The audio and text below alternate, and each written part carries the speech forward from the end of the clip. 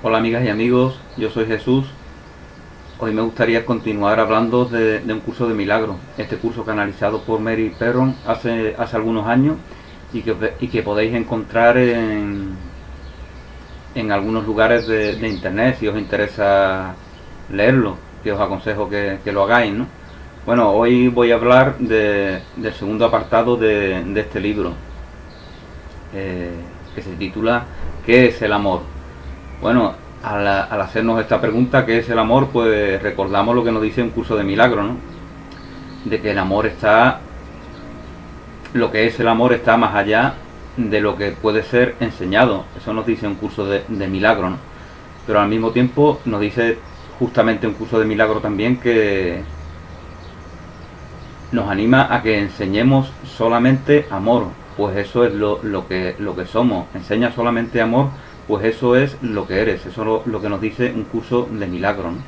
Lógicamente estas dos frases no se contradicen, porque la primera se refiere a que no podemos hacer comprender a nuestros semejantes a través de palabras lo que es el amor, porque amor es lo que ellos son. Por lo tanto, en el reconocimiento de su propia identidad, en el abrazar su propio ser, está la comprensión de lo que es amor, ¿no?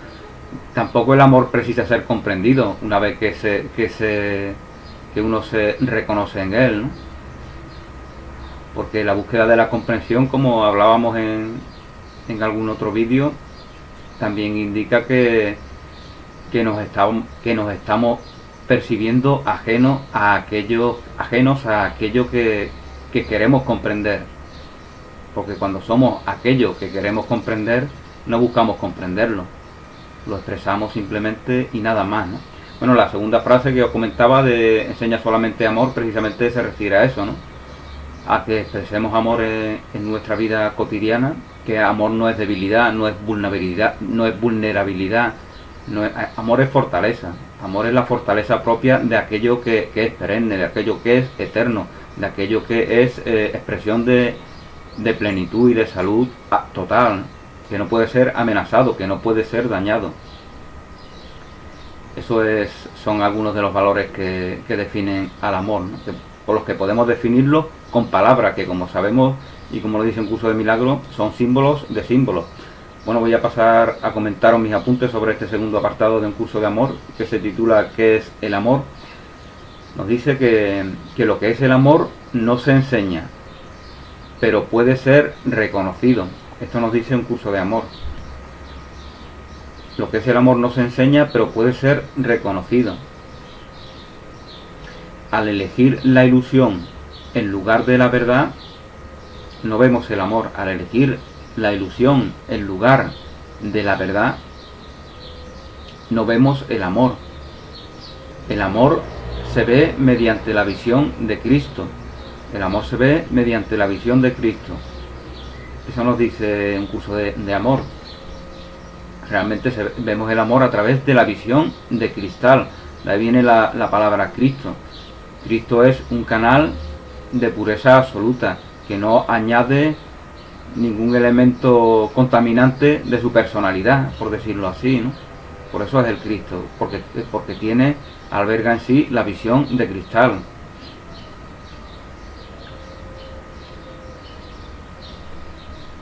Porque es la cordura absoluta, es decir, la falta de juicio, la cordura total que siempre viene del corazón. Cordura y corazón tienen la misma raíz, por lo tanto la única cordura es la cordura del corazón.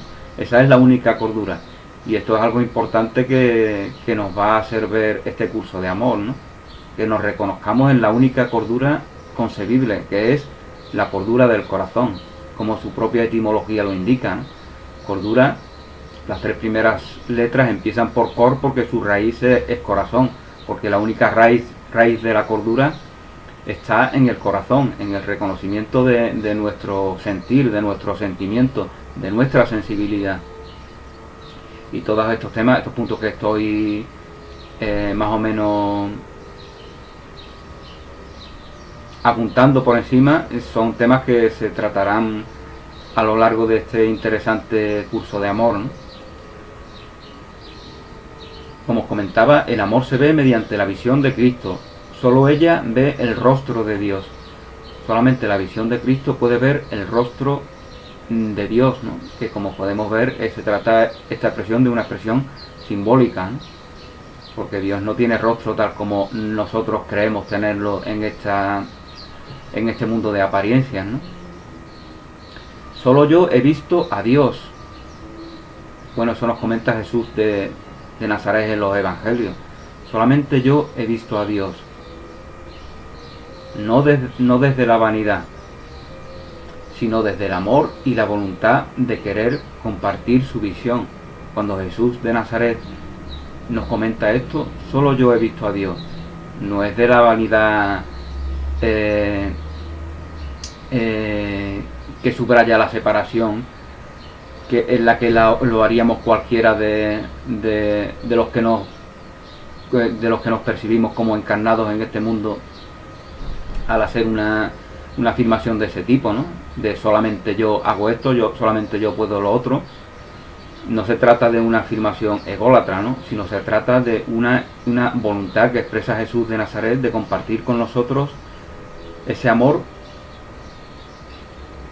y esa visión, de compartir con nosotros esa visión que ha tenido de la divinidad que es sinónimo de Dios. Esa visión la tiene Él cuando está en el desierto, ¿no? Cuando comprende el sentido de la vida. Ya hablamos muchas veces de cuál es el sentido de la vida, que es desde dentro, desde nuestro ser hacia afuera. Y todos nuestros sentidos están enfocados hacia afuera porque precisamente su función es que fluya ese amor que somos hacia nuestros semejantes. Y cuando ese amor que somos fluye hacia nuestros semejantes, ese amor es nuestro para siempre, porque eso significa vivir en la eternidad. Vivir en la eternidad es expresar de forma natural nuestra verdadera naturaleza. Eso es vivir en la eternidad.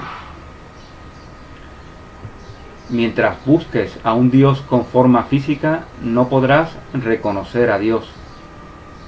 Esto nos dice este apartado de un curso de amor.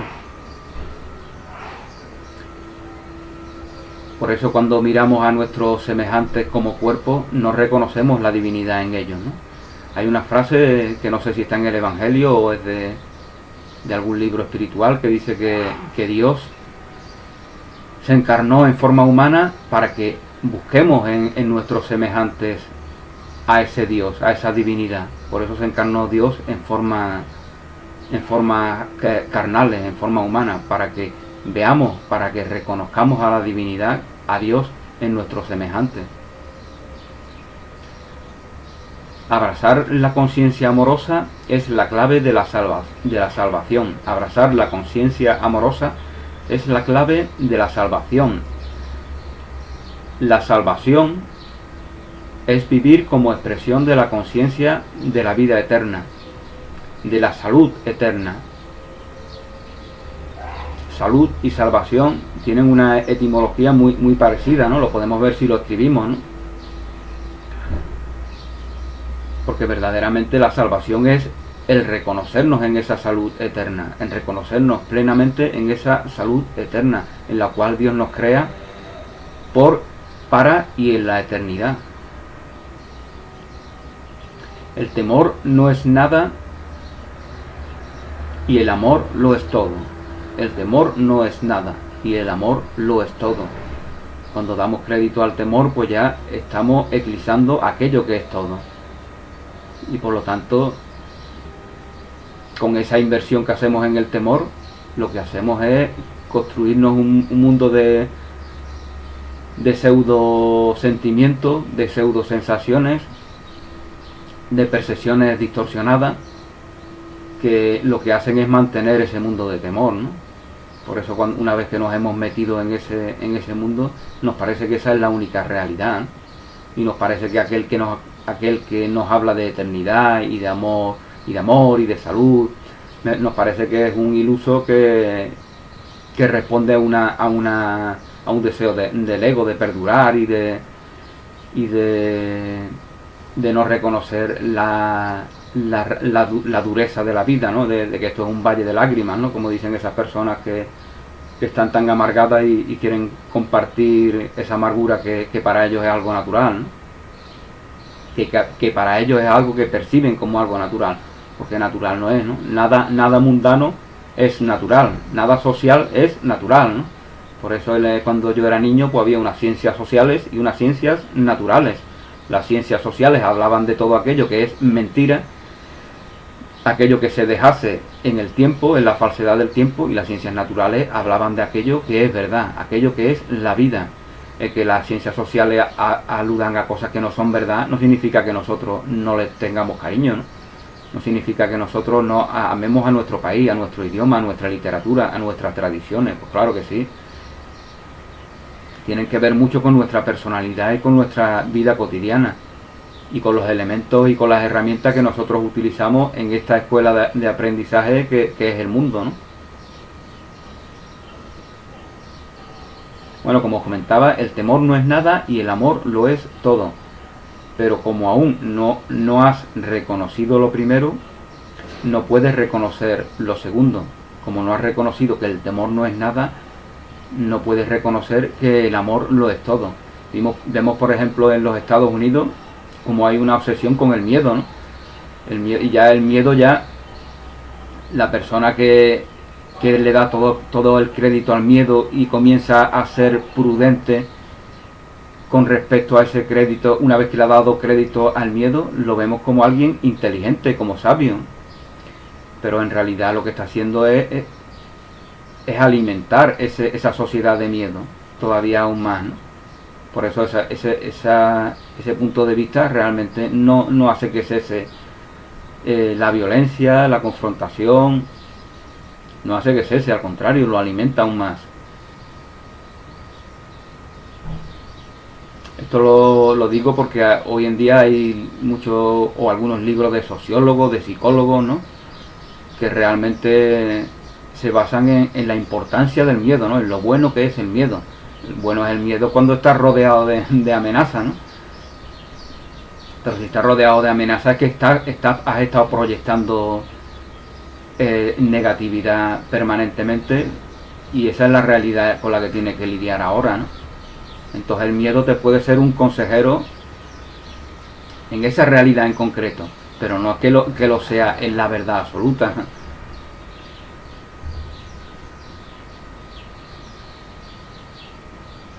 Esa forma de comportarte ya no serviría nada en un entorno plenamente amoroso, ¿no? Al contrario, te privaría del disfrute, del goce de esa realidad amorosa, ¿no? Bueno, como os comentaba, el temor no es nada y el amor lo es todo, pero como aún no has reconocido lo primero, no puedes reconocer lo segundo. Los atributos que le damos al amor son consecuencia de pensar que el temor es real. Los atributos que le damos al amor son la consecuencia de pensar que el temor es real. Entonces ya estamos inventando un falso amor que está sometido al miedo, al temor. Luego no son sus verdaderos atributos. Esos atributos que inventamos que le concedemos al amor al pensar que el temor es real, no son los verdaderos atributos del amor. Solo las cosas separadas poseen atributos. Ya es que nos da a entender el curso que realmente el amor no tiene atributos. Solo las cosas separadas poseen atributos, las etiquetamos con atributos.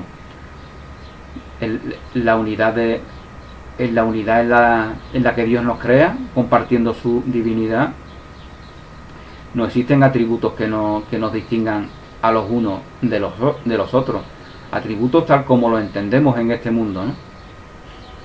Solo las cosas separadas poseen atributos y cualidades que parecen complementarse. Digo atributos tal como lo entendemos en este mundo, porque no hay que comprender con esto que nuestra conciencia individualizada no es una verdad eterna. Yo entiendo que nuestra conciencia individualizada es una verdad eterna, puesto que interpretamos cada uno un papel fundamental dentro de la creación, y que nadie puede sustituirlo, aunque ese papel que interpretemos no tenga sentido sin el resto de la creación. De ahí viene la idea de que verdaderamente, como dice Cristo, sin Dios, sin mi Padre, yo no hago nada. Soy solamente un canal a través del cual Dios, la divinidad, ofrenda esa luz que permite que aquellos que tienen fe recuperen esa salud que en algún plano de su condición en la que se perciben, se identifiquen, ya sea la salud mental, la salud emocional, la salud física, la recuperan al contacto de la divinidad, y gracias a ese canal de cristal que es Jesús. Solo las cosas separadas poseen atributos y cualidades que parecen complementarse. Bueno, esto que os comentaba también de la conciencia individualizada que cada uno tenemos, que no tiene sentido, no tiene valor de por sí si no es en la conexión con todo el resto. Esto lo define una palabra de forma muy precisa, la palabra armonía, ¿no? La armonía entre todo es lo que hace que la música de la vida suene en toda su belleza y en toda su plenitud, ¿no? Esta es la conexión también que tiene la música, la conexión mistérica que tiene la música con el universo, ¿no? Con la vida. Solo las cosas separadas poseen atributos y cualidades que parecen complementarse u oponerse. El amor no tiene atributos, por eso no se puede enseñar. Reconocemos al amor a través de sus efectos. A través de sus efectos reconocemos al amor. Por sus obras los conoceréis. Eso no nos decía Jesús de Nazaret cuando estuvo en este planeta, ¿no? Por sus obras los conoceréis. Cuando vemos desde el amor, reconocemos si lo que vemos es expresión de amor o es expresión de carencia de amor, de petición de amor, como nos dice un curso de milagros. Reconocemos el amor, reconocemos al amor a través de sus efectos. Causa y efecto son uno. Causa y efecto son uno. La creación es efecto del amor igual que tú. Bueno, esto se nos dice que causa y efecto es uno en el sentido de que, como nos dice también un curso de milagros, las ideas no abandonan su fuente. Por lo tanto, esa fuente está presente en las ideas. Ese creador está presente en la creación. Esto no es una espiritualidad panteísta que pueden calificar así algunos, ¿no? Esto es que realmente no puede ser de otra manera. Si queremos concebir a un Dios del cual somos expresión nosotros. Concebir a Dios de otra manera es percibirnos a nosotros mismos ajenos a la divinidad. Por eso percibimos la muerte como algo evidente e ineludible, porque no reconocemos a la divinidad en nosotros, es decir, a la vida, porque no hay más vida que esa que Dios comparte con todo lo creado. El amor no es algo que haces, el amor no es algo que haces, es lo que tú eres. Mientras sigas identificando el amor de manera incorrecta, continuarás siendo incapaz de identificar tu ser. El amor no es algo que hagamos, el amor es algo que somos. Y al reconocernos en esa condición amorosa, la expresamos en nuestra vida cotidiana.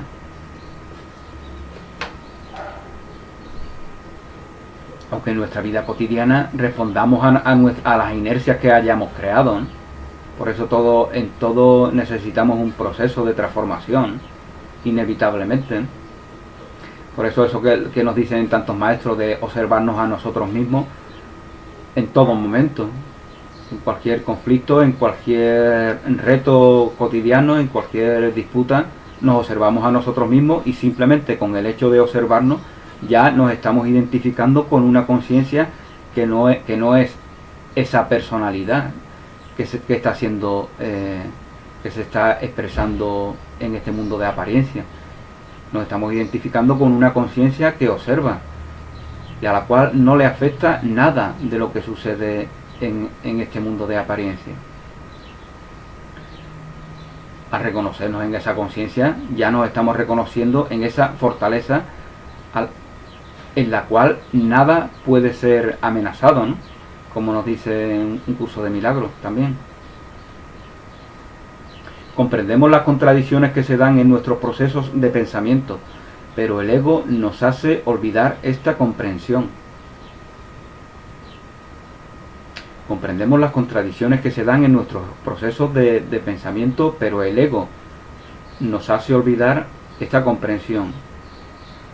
Realmente todo el mundo sabe todo, ¿no? Lo que pasa es que olvidamos mucho. Recordamos el dolor, recordamos lo que nos molesta y eso nos hace olvidar el amor que haría que todo lo negativo se deshiciera en su falsedad. Tu verdadero ser no puede olvidar. Tu verdadero ser no puede olvidar la verdad, no puede olvidar lo único que es real. Recordar, como siempre decimos, significa volver al corazón, volver a la cordura del corazón. Reconocerse en esa única cordura que es la cordura del corazón, como incluso etimológicamente se nos da a entender, ¿no? Tu verdadero ser no puede olvidar, precisamente por ello tenemos esperanza de reconocer el amor y vivir en la cordura de la conciencia de nuestro ser. Tu verdadero ser es el Cristo en ti. El Cristo en ti no ve miseria y desesperanza. El Cristo en ti no puede ver miseria y desesperanza. Ese es el milagro. No pienses que el amor puede mirar la miseria y ver en ella amor. No pienses que el amor puede mirar la miseria y ver en la miseria amor. Simplemente no ve la miseria. El amor no ve la miseria. El amor no ve la enfermedad. El amor no ve la carencia. Solamente ve el amor. Por eso en las personas que sanan, ya puede ser un médico convencional, o puede ser un psicólogo, o puede ser un maestro espiritual. De las personas que sanan, tienen voluntad de sanar a aquellos que se perciben como enfermos. Realmente lo que hay es una visión de la salud que está en aquellos a los que está prestando ese servicio amoroso. Ellos no están enfocados en ver enfermedad, ¿no?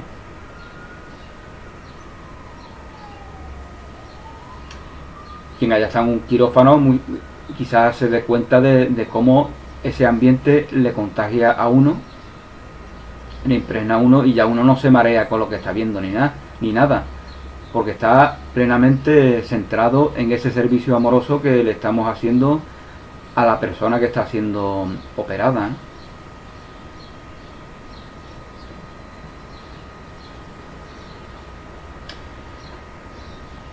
Como comentaba, no pienses que el amor puede mirar la miseria y ver en ella amor. El amor simplemente no ve miseria. Estas frases son una contradicción inevitable, ¿no? Nos comunicamos por forma y es imposible eludir esta contradicción.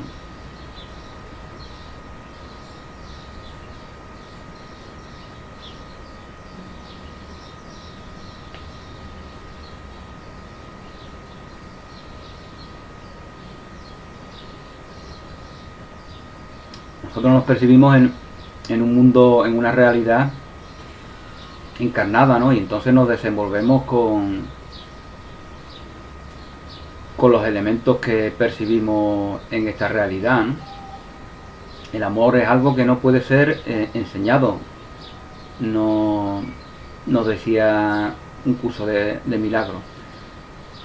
Sin embargo, nosotros a nuestros semejantes vamos permanentemente a hablarle de amor y de muchísimas cosas más.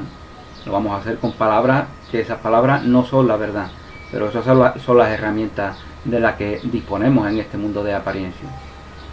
que la comunicación trasciende eso lo vemos muchas veces, lo vemos cuando dos personas que tienen una relación amorosa, ya no hablo de una pareja convencional,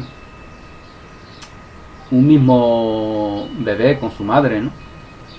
Vemos cómo entre ellos se da una comunicación que va más allá de lo verbal, ¿no? A veces esa conexión que su madre tiene, que la madre tiene con su bebé, le hace que comprenda muchas cosas que le pasa a ese niño que ha sido parte de sí misma, puesto que su vida es el compartimiento mejor dicho, que ha hecho esa madre con la nueva vida, ¿no? Y esto es un símbolo de ese compartimiento que hace Dios con nosotros, ¿no? Al crearnos en y para la eternidad. Nuestras madres nos crean en esta realidad aparente que es la realidad mundana, y eso simboliza a esa madre creadora que es la divinidad. Creer que Dios contempla la miseria y responde con compasión, pero no le pone fin, es creer en un Dios compasivo a la manera humana, ¿no? Bueno, la palabra compasión podemos comprobar que está bastante deteriorada en las conversaciones cotidianas, ¿no? Por eso yo siempre digo que la única compasión de verdad es la empatía. La empatía de reconocer la divinidad en nuestros semejantes. La única compasión es esa que nos alude a pasar juntos, compasión, pasar juntos. Podemos pasar juntos muchísimas cosas buenas, ¿no? No tiene por qué ser nada triste ni nada de eso. Al contrario, si la alegría es lo que define nuestro ser, la verdadera compasión será pasar juntos eso que define nuestro ser, esa alegría que define nuestra verdadera vida. Como comentaba, creer que Dios contempla la miseria y responde con compasión, y esto que nos dice un curso de amor, desgraciadamente es un elemento muy común en religiones convencionales. Creer que Dios contempla la miseria y responde con compasión, pero no le pone fin, es creer en un Dios compasivo a la manera humana. Es decir, una pseudo compasión que da crédito y alimenta aquello que le hace ser compasivo. Bueno, esto también lo vemos a veces, ¿no? Cuando alguien se encuentra mal y el supuesto amigo, el supuesto consejero que va a escucharle, le da crédito a todo ese dolor. Lo que hace al darle crédito es darle razón para seguir en ese dolor, ¿no? Eso es lo que le está haciendo, ¿no? Esa es la falsa compasión, la compasión mundana, ¿no? Alguien que está doloroso, triste, compungido, y el que le escucha, en lugar de decirle reconócete en tu alegría, tú eres amor, en lugar de darle unos consejos que tenga que ver con esto que estoy diciendo, lo que hace es darle crédito a su dolor. Sí, sigue sufriendo, que los demás te maltratan, que los demás son malos y tú eres una pobre víctima. Entonces así expresamos nuestra voluntad de que ese que se percibe como víctima siga percibiéndose perennemente como víctima, ¿no? Pero ¿qué servicio amoroso es ese? Al contrario, estamos haciendo un mal. Estamos dando crédito al sueño, a ese sueño de dolor en el que nuestro hermano está navegando. Le estamos dando crédito y por lo tanto queremos que naufrague en ese sueño de dolor. Eso no tiene nada que ver con el amor. Eso tiene que ver con la ignorancia. Y desgraciadamente en base a esa ignorancia se construye esa compasión mundana, que no es la verdadera compasión. Como has aceptado la ilusión como verdad, buscas otras ilusiones para cambiar lo que nunca fue en algo que nunca será.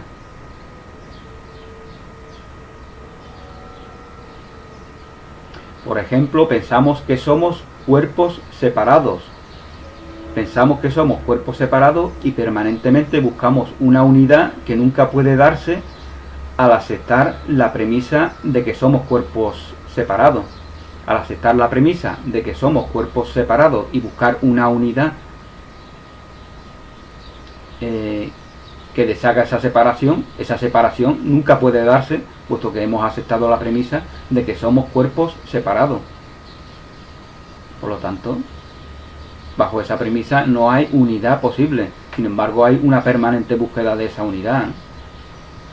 Por eso es el ego el que inventa el cuerpo y el que inventa el deseo de unir los cuerpos, el que inventa el deseo sexual, ¿no?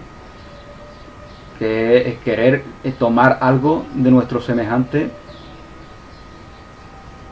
que algo que nos negamos a nosotros mismos, que nos negamos ver en nosotros mismos. Todos los deseos son afirmaciones de carencia en sí mismos. Esto no significa que esos deseos puedan ser santificados y puedan ponerse al servicio del Espíritu Santo, que es lo que nos enseña un curso de milagros.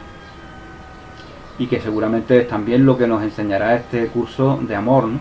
Con otras palabras, con otros conceptos, con otros términos, pero verdaderamente, al igual que un curso de milagros, un curso de amor es una guía de regreso al hogar, una guía que nos anima a reconocernos en esa cordura que es propia del corazón, y nada mejor que el amor para llevarnos a esa cordura, ¿no?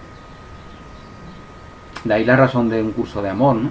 Si la verdad está en nuestro corazón, en nuestro sentir, en nuestros sentimientos, lógicamente tendremos que cultivar, invertir y apostar con una fe absoluta por lo que el amor significa.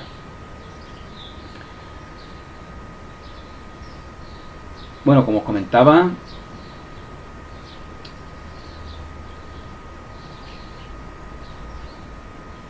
no podemos encontrar, no se puede dar una unidad bajo la premisa de que somos cuerpos separados. Por lo tanto, esa permanente búsqueda de la unidad es como el eterno retorno del que habla Nietzsche y Schopenhauer, ¿no?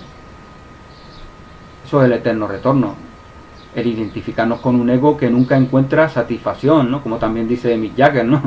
I can get no satisfaction. Porque desde el ego no podemos obtener satisfacción alguna. Si encontramos satisfacción, la encontramos dentro de ese mundo de ilusiones. Por lo tanto, es una satisfacción que se dejase y seguimos insatisfechos y seguimos buscando hasta que no nos reconozcamos en nuestro verdadero ser, hasta que no reconozcamos que nuestros sentidos no nos informan de la verdad. Nuestros sentidos simplemente nos ponen delante de nosotros esta escuela de aprendizaje, que es una escuela de aprendizaje puesto que no la percibimos como el receptor de ese amor que somos.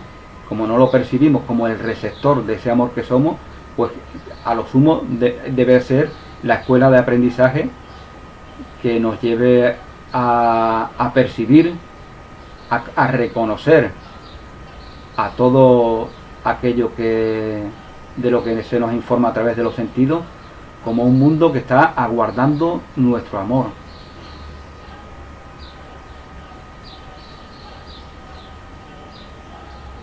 Ser compasivo como Dios es, ser compasivo como Dios es,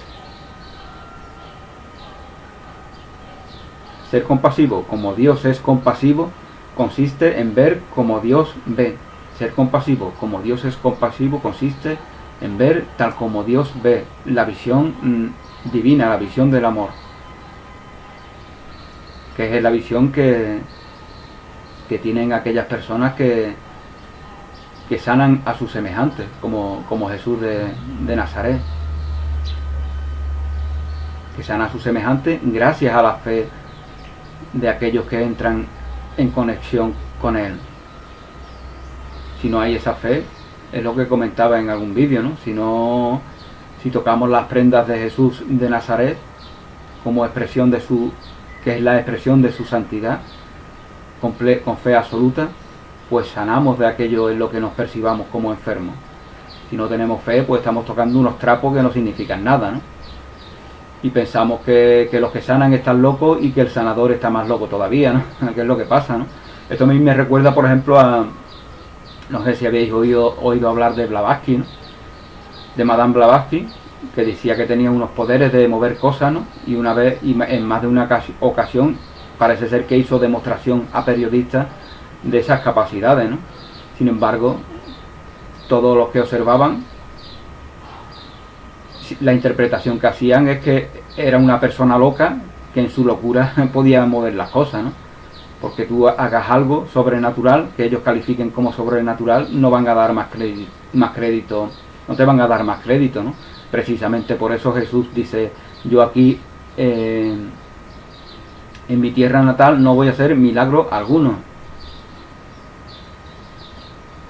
porque no van a servir para nada. De hecho, tampoco sirvieron de mucho en otros lugares, ¿no? Digo, me refiero a muchos que luego, esos que luego elegían a Barrabás, ¿no? Cuando Poncio Pilato les pregunta, ¿quién queréis que libere? Y mayoritariamente todos gritan que libere a Barrabás, ¿no? Al ladrón.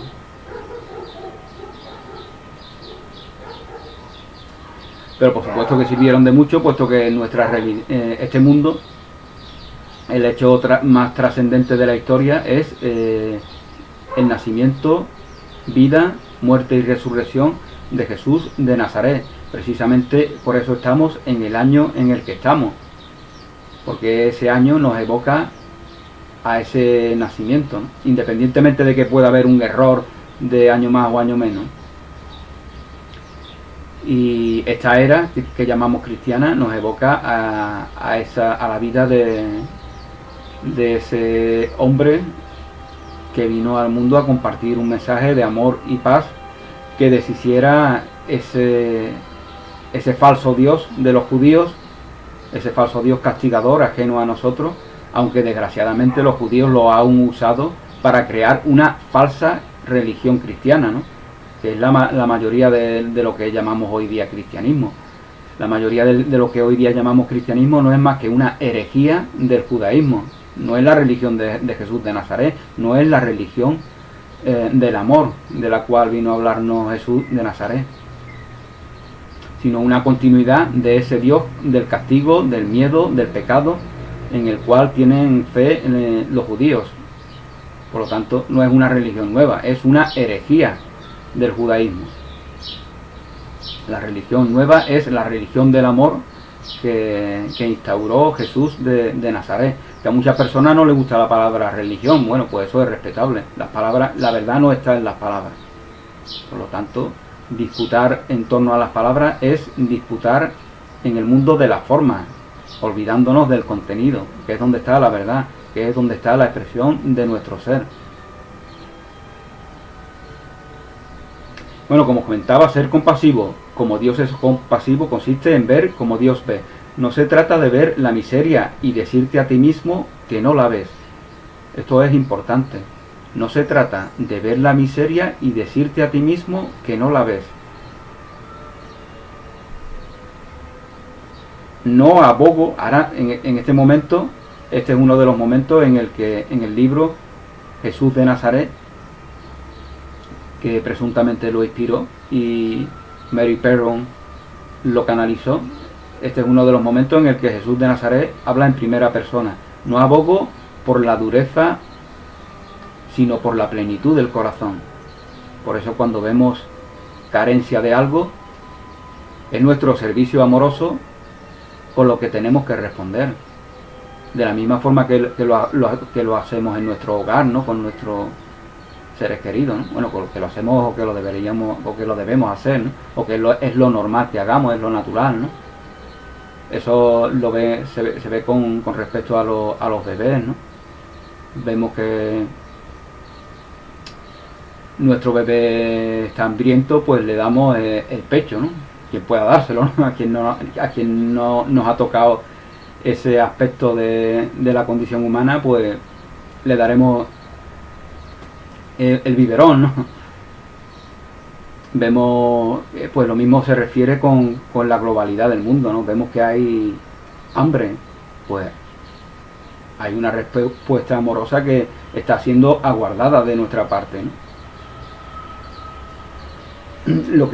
Esto es difícil de comprender en el sentido, todo es muy fácil y todo es muy difícil, depende desde dónde lo comprendemos, ¿no? ¿Desde dónde lo comprendamos? Desde nuestra mente condicionada, porque la lógica cotidiana con la que razonamos está convencida de que todas las realidades que percibimos tienen una especie de poder sobre nosotros, de condicionar nuestras acciones. Y por eso nos habituamos a reaccionar en nuestra vida cotidiana. No nos reconocemos en nuestro poder. Pero bueno, como ya hemos visto otras veces, nos reconocemos en nuestro poder porque nuestro poder ilimitado, infinito, como todos nuestros dones y como todos nuestros talentos, que son infinitos, pues si no fueran infinitos tendrían una forma que los limitara. Y la divinidad y toda la expresión de esa divinidad no tiene límite alguno. Al no reconocernos en ese poder infinito, como os comentaba, el miedo nos hace otorgar ese poder a realidades aparentes que percibimos como ajenas a nosotros. Por eso hay que emprender un proceso que nos permita que sin miedo nos reconozcamos en ese poder infinito, porque ese poder no está para causar ningún perjuicio a nuestros semejantes. Ese poder está para que expresemos ese amor que define nuestra naturaleza. No puede estar para otra cosa. Igual que toda nuestra libertad infinita, no puede estar para otra cosa. Esa es la verdadera libertad. La verdadera libertad es aquella en la que nos reconocemos, que parte del reconocimiento de nuestra verdadera identidad, no del reconocimiento de algo que nos suplanta. Desde el ego, en el ego no hay libertad ninguna. En el ego solamente hay servidumbre. Servidumbre a algo que nos está suplantando, dentro de la locura de que algo puede suplantarnos. No abogo por la dureza, sino por la plenitud del corazón.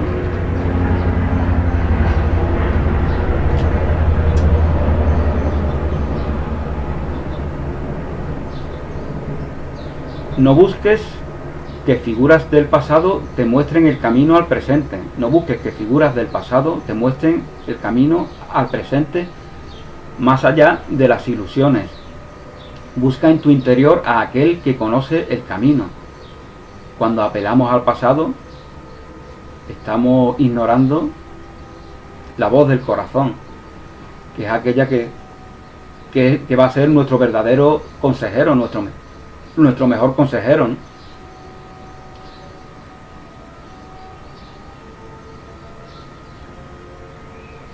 Cristo está en ti y tú estás en Dios.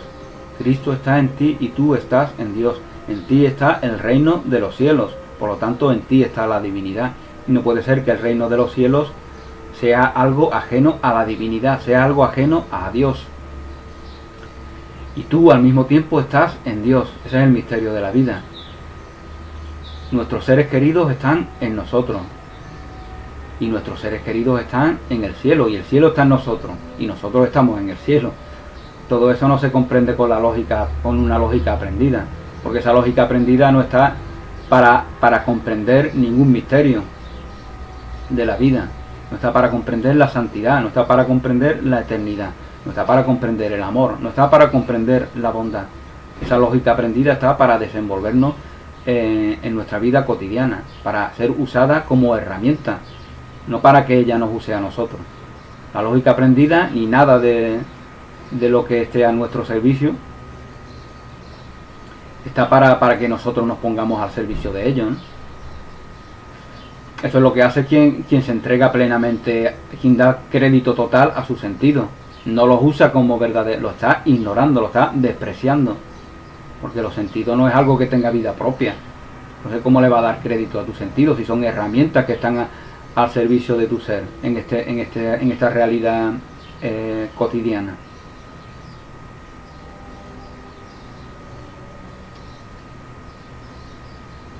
Separas la mente del corazón. Bueno, esto de hablar de la separación entre mente y corazón es un tema muy importante a lo largo de todo este curso de amor.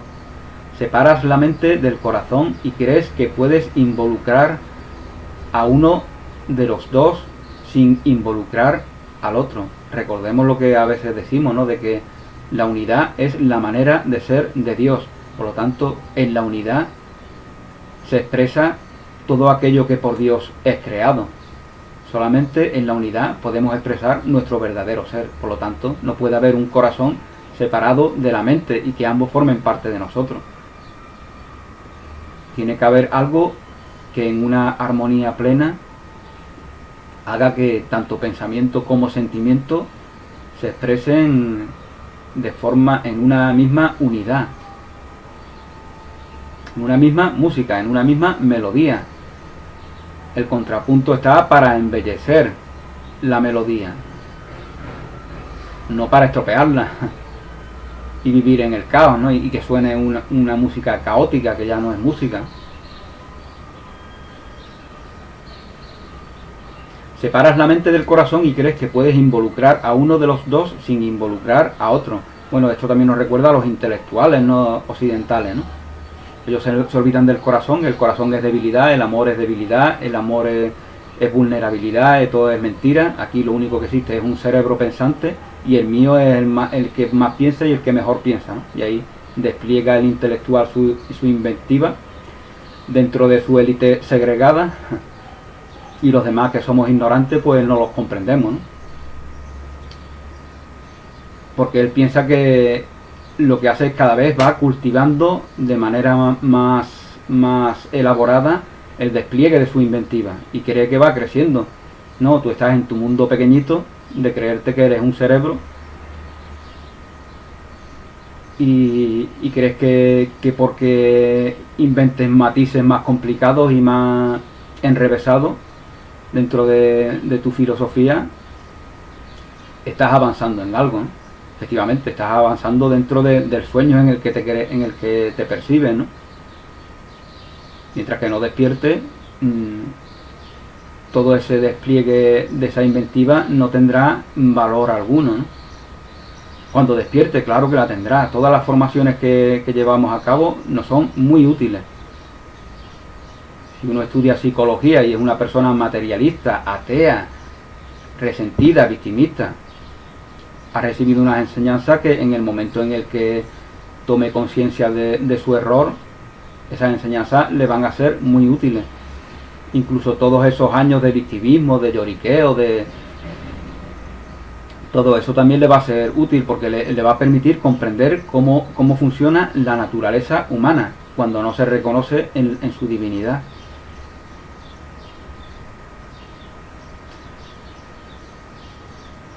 Bueno, como os comentaba, crees que conocer con la mente es un proceso de aprendizaje que se erige aparte de todo lo que eres. En consecuencia, crees que puedes conocer sin ese ser sabio que ya eres. Negamos la sabiduría de nuestro corazón y a través de la mente o de lo que percibimos como mente, que es algo muy pequeñito, ¿no? Que es algo muy pequeñito es evidente porque, por ejemplo, no vivimos con la conciencia permanente del trabajo que los billones y billones de células están continuamente efectuando. No vivimos con esa conciencia. Pero como siempre digo, en nuestro cuerpo hay billones y billones de células en todas las partes de su cuerpo, células de todo tipo que forman parte de tejidos, de órganos, de sistemas, y cada una cumple su trabajo de forma armónica, permanente y con una inteligencia total, sin que cometan ningún error, sin que pueda concebir el error. Ese trabajo que ellas hacen es el trabajo que nosotros hacemos, sin embargo no vivimos con esa conciencia. La inteligencia de cada una de esas células es nuestra propia inteligencia, sin embargo no estamos enfocados en el conocimiento, en la comprensión, en abarcar, en abrazar la totalidad de esa inteligencia en la que operan todas nuestras células. Bueno, esto os comento para que veáis cómo realmente lo que creemos que es nuestra mente no es más que una cosa muy pequeñita con la que razonamos en nuestra vida cotidiana. Esa herramienta que nos sirve para desenvolvernos en la cotidianidad, pero eso no es nuestra mente. Bueno, como nos dice un curso de amor, ¿crees que puedes conocer sin ese sabio que ya eres? La sabiduría está en nosotros, la hemos eclipsado al percibirnos como algo ajeno a la divinidad, como al percibir a Dios como algo ajeno a nosotros, hemos eclipsado esa sabiduría. Esa sabiduría que lógicamente en la divinidad es plena, total y que no puede sufrir menoscabo alguno. ¿Crees que puedes amar sin ese ser amoroso que ya eres? ¿Crees que puedes amar sin ese ser amoroso que ya eres? Pensamos, de ahí la idea de construirnos relaciones segregados del resto, ¿no? Y que el resto condicione esas relaciones. Huimos de nuestro entorno para refugiarnos en una relación. Pero esa actitud de huir va a estar presente igualmente en esa relación. De ahí que esa relación fracase. Si huimos es porque damos crédito al miedo. Pero si damos crédito al miedo, ese miedo nos va a seguir acompañando. Y en el refugio que hemos construido con nuestro acompañante o con nuestra acompañante, ese miedo se va a expresar. Y aquello de lo cual culpabilizábamos al entorno, ahora esa culpabilización la vamos a llevar a aquel que ahora nos acompaña o a aquella que ahora nos acompaña. De ahí que una relación especial, y de esto nos habla de forma extensa un curso de milagro, una relación especial desemboque en el fracaso, a no ser que sea santificada, ¿no? A no ser que se convierta en una relación santa. Todos tus intentos por mantener las cosas separadas son una reproducción de la separación original, cuyo fin son convencerte de que verdaderamente ocurrió. Todos nuestros intentos por mantener todas las cosas separadas son una evocación de esa separación original que nos impide reconocernos a todos en la unidad, que nos impide expresar esa unidad que es la manera de ser de Dios, la manera de ser de la divinidad, que nos impide en vivir en esa armonía de la cual os hablaba. Tu sistema de pensamientos es lo que ha hecho el mundo que ves. Tu sistema de pensamiento es lo que ha hecho el mundo que ves. Así como el Espíritu Santo puede usar lo que el ego ha construido, este puede usar lo que la mente ha aprendido pero aún no ha integrado. Así como el Espíritu Santo puede usar lo que el ego ha construido, el ego puede usar lo que la mente ha aprendido pero aún no ha integrado. Mientras no seas lo que has aprendido, bueno, aquí se nos está hablando un poco de cómo a veces podemos comprender muchas enseñanzas espirituales, pero verdaderamente debido a aquellas inversiones en cosas negativas y en realidades que niegan esas enseñanzas espirituales, en nuestra vida cotidiana no podemos manifestar la verdad a la cual esas enseñanzas espirituales que estamos reconociendo aluden. Reconocemos las enseñanzas espirituales, pero no lo reconocemos en nuestra conducta. ¿Por qué? Porque estamos todavía en un mundo de conflicto, en una realidad conflictiva en la cual hemos invertido durante mucho tiempo y a la cual le hemos dado crédito durante mucho tiempo. Por eso es tan importante la de mantener la calma, la paciencia y no pensar que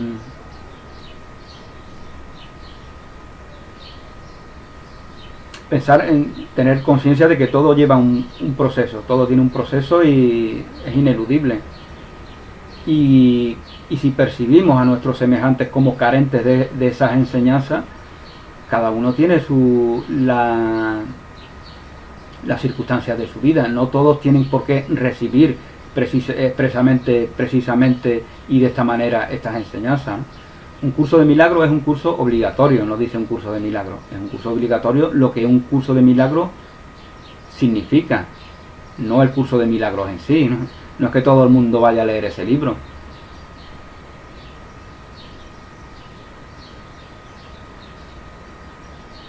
Eso sería convertir en ídolo aquello que pretende alejarnos de este abanico de ídolos en el que nos desenvolvemos, ¿no? Convertirlo en un ídolo más, ¿no? Bueno, como nos dice también algunas otras enseñanzas, realmente es bastante común el que cuando se reciben unas enseñanzas y no se pueda expresar plenamente la verdad a la que esas enseñanzas aluden, se haga una adaptación, se hace una adaptación de esas enseñanzas que de alguna forma hacen que tengan sentido conforme a una realidad en la que hemos estado viviendo, ¿no? Por eso a veces se ven la gente no abandona sus religiones convencionales por recibir enseñanzas como esta, sino que las adaptan para seguir creyendo en esa, y no tienen por qué hacer lo contrario, precisamente por lo mismo que es lo que estoy diciendo. No tenemos por qué juzgar a nuestros semejantes porque estén en una u otra religión o tengan unas ideas políticas o unas ideas sociales. Cada cual tiene sus propias experiencias.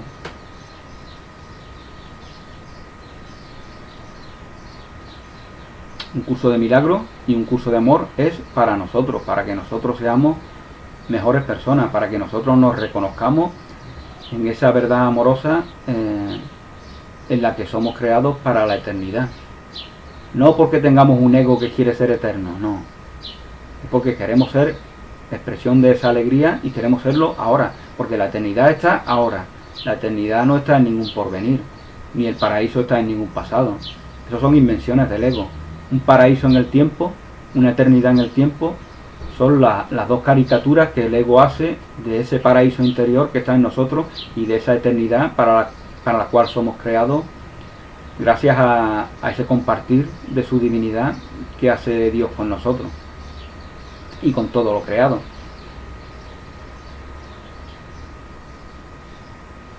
El ego se deshace cuando somos lo que hemos aprendido. Si bien la verdad que somos no precisa de aprender nada, la verdad que somos no precisa de aprender nada, pero en la realidad aparente en la que nos percibimos, tenemos que aprender, o más bien desaprender, aquello que está eclipsando la verdad de nuestro ser. El ego busca un uso mundano del aprendizaje. El ego busca un uso mundano del aprendizaje. Es decir, que tu aprendizaje puede convertirse en un arma en tu contra. Tu aprendizaje puede convertirse en un arma en tu contra en la medida en la que el ego haga uso de él. Esto lo vemos en la violencia verbal que utilizan algunos líderes espirituales con respecto a personas que no comparten sus puntos de vista. Bueno, vemos como hay supuestos maestros que a veces atacan, ¿no?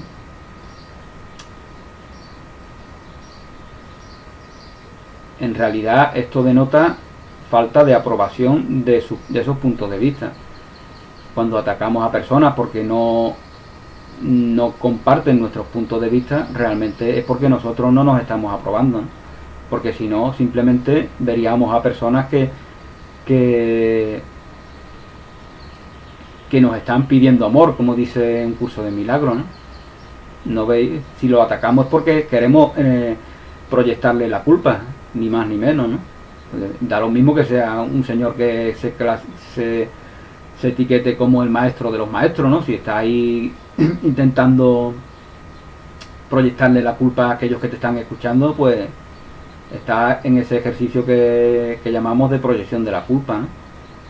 Que es la expresión de no reconocerse a sí mismo, de no aceptarse a sí mismo, de no aprobarse en esas ideas que él considera verdaderas, ¿no? Es la paradoja, ¿no? Ataca porque duda, y quiere ver la certeza en los demás. Esa es la razón del ataque. Atacamos porque dudamos y queremos ver la certeza en los demás. El ego desafía tu derecho a la felicidad. El ego desafía tu derecho a la felicidad, tu derecho al amor y a los milagros. Y solo busca llevarte a proclamar que vivir con esas fantasías no sirve para nada, pues jamás serán posibles. Lógicamente el ego intenta desactivar todo todo ese todas las consecuencias de este aprendizaje que ineludiblemente hace que el ego se deshaga en su falsedad. Cuanto aprendes permanece contigo. Aquello que decimos está dicho para la eternidad. Eso me acuerdo que es una frase que leí en algún libro, ¿no? Donde se contaba, ¿no?, como alguien da un consejo que no es escuchado, alguien da un consejo amorosamente a alguien que no es escuchado, sin embargo, en el inconsciente de esa persona está ese consejo, y ese consejo, después de muchos años, es escuchado y es tomado en cuenta y obtiene un resultado positivo para la persona que escuchó el consejo. Por lo tanto, si decimos algo amoroso a nuestros semejantes y nuestros semejantes nos mandan a freír espárragos, como dicen por aquí, no pasa nada, ya le hemos dado esa comunicación con toda nuestra buena voluntad, y a lo mejor dentro de algunos años hace un efecto positivo en ello, ¿no?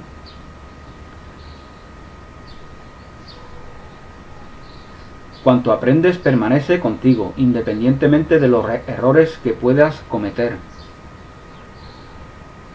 Debido a las maquinaciones del ego, cuanto aprendemos permanece con nosotros, independientemente de los errores que continuemos cometiendo debido a las maquinaciones del ego. Todo tiene un proceso y nosotros vamos a estar, todos somos personas normales de este mundo, ¿no?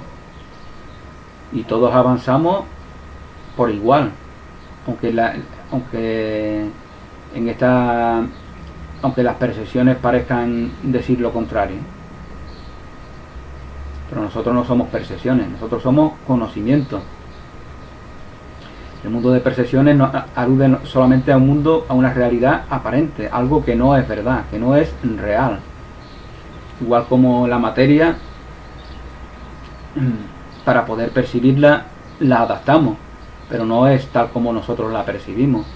Vemos cualquier objeto sólido y sabemos que, como nos dice la física, el 99,999% de ese objeto sólido es espacio vacío, y no es más que el movimiento a gran velocidad de pequeñas partículas en torno a sus núcleos, lo que le dan apariencia de entidad compacta a ese aparente objeto sólido, ¿no? Por lo tanto, no es tal como lo percibimos. Lo adaptamos para poder interpretarlo, para poderlo convertir en un elemento de nuestra cotidianidad, pero no es tal como lo percibimos. El estado de neutralidad es donde comienza el regreso a tu hogar. El estado de neutralidad es donde comienza el regreso a tu hogar. Los ejércitos aún no se han retirado, pero ya han empezado los preparativos. Bueno, pues con esta expresión poética de un curso de amor, damos por finalizado a este apartado de dicho curso, que se titula ¿Qué es el amor? En un próximo vídeo pues trataremos el siguiente tema, que sería la primera lección, curiosamente, ¿no? La primera lección se titula el tercer apartado de un curso de amor. Muchas gracias por vuestra atención, que paséis un feliz día, un abrazo y hasta pronto.